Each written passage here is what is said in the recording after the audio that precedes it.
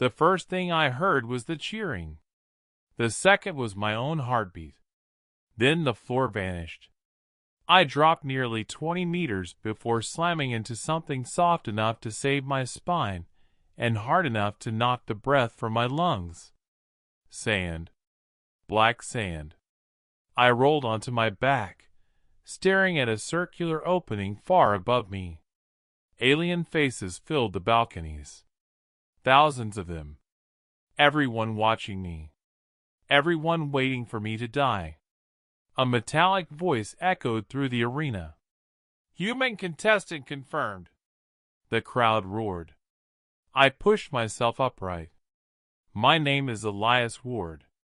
3 hours earlier, I had been a prisoner aboard a Carrick's transport ship. I had been captured after my survey shuttle malfunctioned near the Carrick's border. Apparently, being human made me valuable enough to keep alive, but not valuable enough to keep comfortable. They had offered me a choice: fight in their arena, or be processed for biological experimentation. I chose the arena. At the time, I thought that was the better option.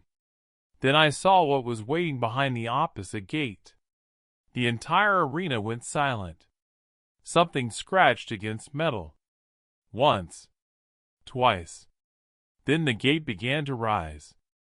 A head emerged from the darkness. It was enormous. 6 limbs. Armor like scales. A long, narrow skull. 4 pale eyes. And a mouth filled with curved teeth that looked designed to tear through spaceship hulls. The creature stepped into the arena. The ground shook. The Carricks called it a Vorin, their greatest arena predator. They said it had killed 37 combatants. Some were armed soldiers. Some were genetically enhanced prisoners. One had apparently been an armored battle drone. None had survived. The creature looked at me. I looked at it, and I realized something immediately. It wasn't angry. It was terrified. Not of me. Of everything around us. The lights. The screaming crowd. The electronic collars around its neck. The scars across its shoulders. The burn marks along its jaw. Someone had spent years teaching this animal that every approaching creature meant pain. And now they expected me to attack it. A horn sounded. The audience screamed. The Vorin crouched. Its muscles tightened. I knew what came next. So did everyone else. I was supposed to run. The Carricks loved watching prey run. But there was nowhere to go. So I did something that made absolutely no sense. I sat down. The arena fell strangely quiet. The Vorin froze. I slowly placed both hands on the sand where it could see them. "No weapons," I whispered. The translator around my throat converted my words into Carricks. The creature tilted its head. I took a breath. "My name is Elias." The Vorin took one step forward. I didn't move. Another. Its claws dug into the sand. I could hear thousands of aliens holding their breath. The creature was close enough now that I could smell it. Hot metal. Dust. Something strangely sweet beneath the scent of blood. One of its 4 eyes narrowed. Then another. I slowly lifted one hand. The creature recoiled. I stopped immediately. "No!" I lowered my hand. "I won't touch you unless you want me to." That sentence meant nothing to the crowd. But it meant something to the animal. Its head moved slightly. Not toward me. Away from me. As if it didn't understand. So I waited. 10 seconds. 20. 30. The crowd began whispering. The arena announcer spoke. "Human refuses engagement." Someone shouted from the balcony. "Force the creature." A shock pulse cracked through the air. The Voron screamed. Its body convulsed. I saw the collar around its neck flash blue. It wasn't just a restraint. It was a punishment device. The creature turned wildly. Its eyes locked onto the nearest Carrick's handler standing behind the safety barrier. And for the first time, I saw real rage. The handler raised his control device again. I stood. "Don't!" The translator carried my voice across the arena. The handler laughed. He activated the collar. The Voron screamed again. Something inside me snapped. I ran. Not toward the handler. Toward the beast. The crowd erupted. The Voron swung its enormous head toward me. I stopped directly in front of it. "Look at me!" Its breathing was violent. Its claws tore through the sand. "Not them!" I pointed toward the handler. "Look at me!" One eye focused on mine. Then another. The collar flashed again. I grabbed it. The pain hit instantly. Electricity tore through my arm. I screamed, but I didn't let go. The handler stared at me. "What are you doing?" I looked up at him. "Showing your animal what freedom feels like." He triggered the collar again. This time the Voron moved. Not toward me. Toward him. The handler dropped the device. The Voron stopped. Its claws hovered less than a meter from the barrier. It could have killed him. Instead, it looked back at me. That was the moment everything changed. Because the creature had just discovered something its entire life had denied it. Choice. I released the collar. My hand was shaking. The Voron lowered its head. Slowly. Very slowly. Its enormous snout stopped inches from my chest. I didn't move. It sniffed me. Once. Twice. Then its tongue brushed across my injured hand.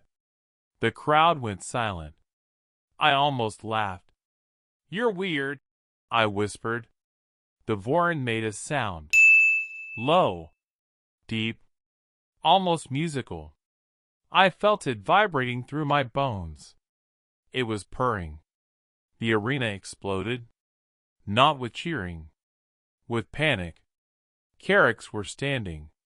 Officials were shouting. Security teams rushed toward the pit. And the Voron immediately moved between me and them. 6 limbs spread across the sand. Its body became a wall. The security team stopped. Their weapons were raised. The Voron growled. Every weapon lowered. Nobody wanted to discover whether the creature's obedience collar still worked. A Carrick's commander stepped onto the arena floor. He wore black armor and a silver crest across his chest. "Human," he commanded. I looked at him. "Step away from the Voron." "No!" 1,000 voices erupted. The commander stared at me. "You are a prisoner." "I know. That creature belongs to the Carrick's dominion." I looked at the Voron. It was still standing between us. "No," I said. The commander frowned. "What?" "It belongs to itself." For several seconds, nobody spoke. Then the commander smiled. Not because he found me amusing. Because he had finally understood something. The arena wasn't under their control anymore. The Voron was. And the Voron had chosen me. The commander raised his weapon. "Activate restraint protocol." 3 technicians behind him reached for their controls. The Voron suddenly looked upward. Its 4 eyes fixed on the control room. Then something strange happened. It didn't attack. It simply began purring again. Softly. Almost peacefully. The technicians froze. Because the purring wasn't directed at them. It was directed at me. And somehow, the entire arena heard it. A child in the upper balcony began clapping. One small sound. Then another. The adults around the child stared. The child kept clapping. Soon, a few more joined. Then dozens. The Carricks had come to watch a monster kill a human. Instead, they were watching the monster protect one. The commander lowered his weapon. "What did you do to it?" I shook my head. "Nothing." "Then why does it obey you?" I looked at the creature beside me. "It doesn't." The commander stared. I smiled. "That's the point." The Voran pressed its enormous head against my shoulder. I nearly fell over. A ripple of laughter moved through the audience. Even some of the guards looked stunned. I placed my hand against its armored forehead. "Easy." The creature purred louder. The commander looked toward the arena officials, then toward the crowd, then back at me. "You realize what you've done?" "No." "You've made the most valuable predator in the Dominion refuse its handlers." I glanced at the collar. "No." I touched the damaged restraint around its neck. "I think your handlers made it refuse them." That silenced him, because the difference mattered.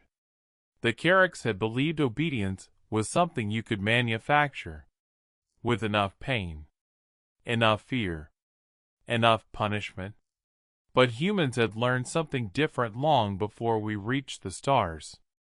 A creature can be controlled by fear, but trust makes it choose. The commander stepped closer. The Voran's body tensed. I lifted my hand. It relaxed. The commander noticed. "You are controlling it." "No." "Then what are you doing?" I looked into the creature's pale eyes. "I'm listening." The commander didn't understand. Maybe none of them did. But I did. Because back on Earth, my mother had taught me something when I was 6. She had found an injured stray dog behind our house. It was frightened. It bit anyone who approached. Everyone wanted to chase it away. My mother didn't. She sat 10 meters from it every evening. She didn't touch it, didn't force it, didn't command it. She simply waited. For 2 weeks. On the 15th day, the dog walked over and rested its head on her knee. My mother smiled. She told me something I'll never forget. "Trust is never taken, Elias. It is given." I had forgotten those words, until the Voran reminded me. The arena gates finally opened. The commander pointed toward the exit. "You will leave." I stared at him. "With the creature?" He hesitated. The crowd was watching. Thousands of eyes. Thousands of witnesses. Finally, he said the words that would probably become legend across the Dominion. "The creature will accompany you." I blinked. "You're letting it go?" "No." He looked at the Voran. "We are observing it." I smiled. "Whatever helps you sleep." I started walking. The Voran followed. One step. Then another. Its claws clicked against the stone. The crowd parted in silence. Nobody tried to stop us. As we reached the tunnel, I looked back. The arena that had been designed to prove human weakness was still full of aliens staring at us. But something had changed. They weren't looking at me like prey anymore. They were looking at me like a question. And they were looking at the Voran like they had never truly seen it before. Not as a weapon. Not as property. Not as a monster. As a living thing. We disappeared into the corridor. For several minutes, neither of us spoke. Obviously, the Voran couldn't speak. Then I heard it. That deep vibration. Purring. I laughed. You know, you're going to make this very complicated. The creature bumped my shoulder with its enormous head. I stumbled into the wall. Yeah. I rubbed my shoulder. I deserve that. It purred again. And somewhere behind us, the arena doors closed. But the story didn't end there. Because the next morning, the Carricks discovered something terrifying. The Voran wasn't the only creature that had been watching. Across the Dominion's laboratories, thousands of captive animals had begun reacting to the same thing. For the first time, they were refusing their handlers. One after another, cages remained open. Control collars stopped working. Predators that had spent their entire lives obeying commands began making choices. And at the center of it all was a single human prisoner, who had walked into a beast pit, and refused to treat a beast like a monster. The Carricks had thrown me into that arena expecting blood. Instead, they gave me an ally. And without realizing it, they gave an entire empire something far more dangerous. Hope. Because the most frightening thing in the galaxy isn't a human with a weapon. It's a human who teaches something frightened. That it doesn't have to be afraid anymore.